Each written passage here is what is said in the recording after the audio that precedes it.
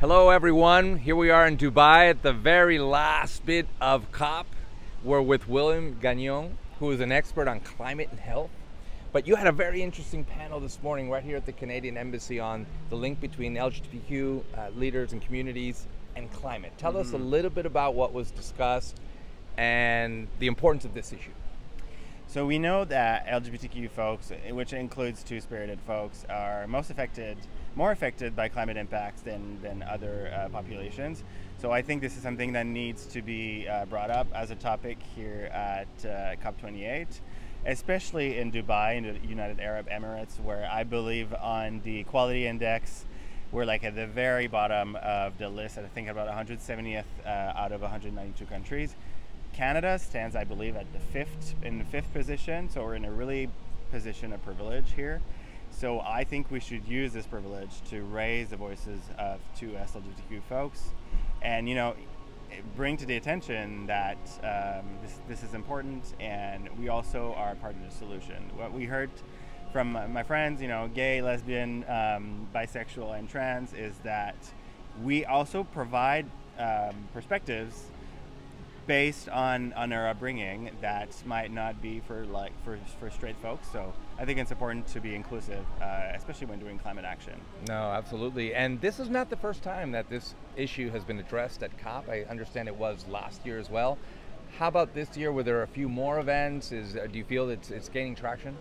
So last year was in Egypt, not anywhere better in terms of queer rights. I was surprised last year by the interest for this panel.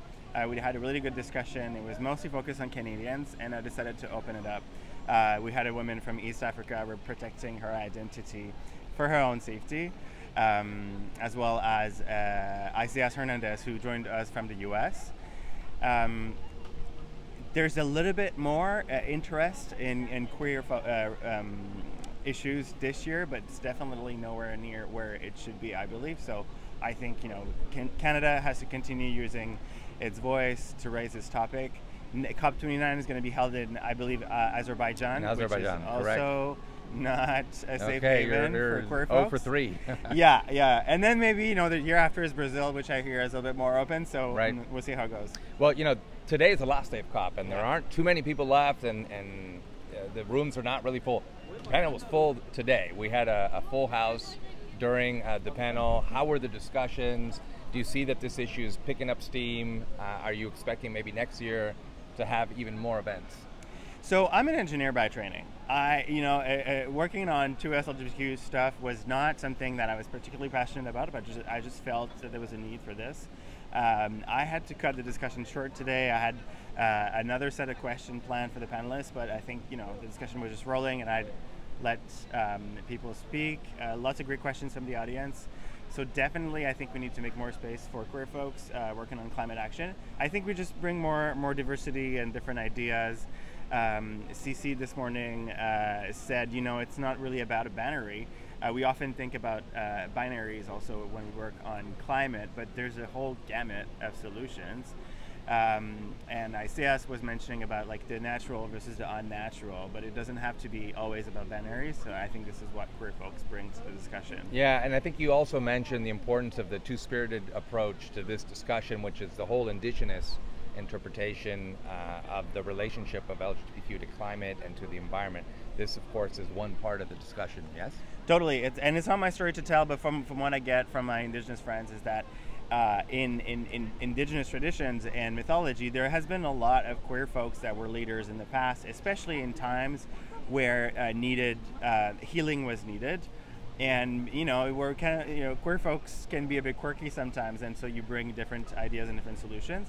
So this is not new. There was homosexuality in the ancient times in Greece and the Roman times. So we need to bring it up. Absolutely. So maybe a little more abstract in our closing, but one dimension of this discussion is the LGBTQ community. But what is your overall impression of COP? Where are we? Do you feel like we're making progress? We're at the very end. Are you walking away with more hope or more frustration about the climate emergency? Well, at every COP, there's an article in the paper that says this is another failure. What we're trying to do is come up with a global agreement for something that is extremely difficult to do. So I don't think we can expect like gigantic successes every time. I think this has been a fairly successful COP. On the Canadian contingent side, I really feel that there's a lot of intermingling in the Canadian delegation. You know, there's a lot of relationships that have been built over the years. There's a lot of good progress. I saw NGOs stand side by side with the minister on the minister's invite to present the cap on emissions that Canada just released, which I think is a really good news.